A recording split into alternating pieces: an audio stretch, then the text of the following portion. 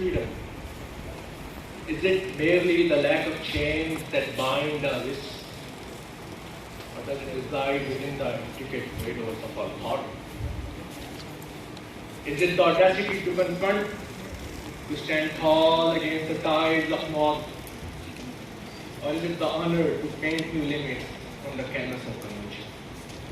What, dear audience, I implore you, what is freedom? Or in this day and age, shall I rephrase and ask, what once was freedom? Trying desperately to answer this question, I find myself on the eve of 14th August 1947. The air of liberty fills my lungs. With each breath, I inhale the sweet blessings of freedom.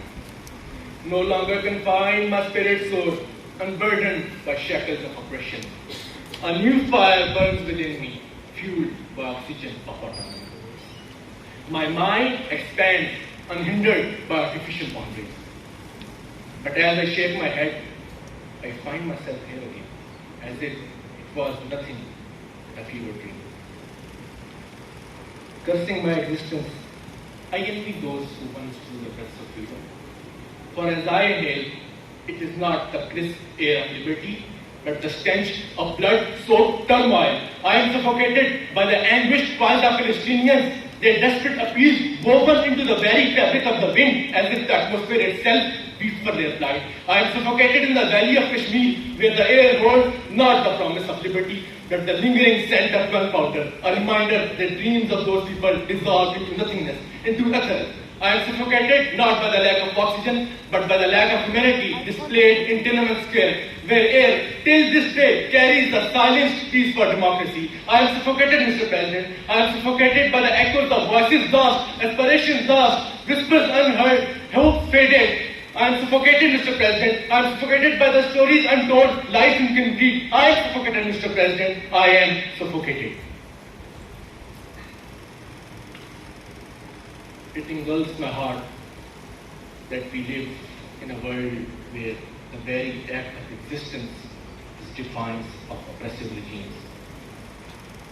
But as I stand here, breathing the same air that witnesses these injustices, I am reminded that the blessing of freedom is only for those who are brave enough to take a deep breath. So remember, there will be times when struggle seems impossible.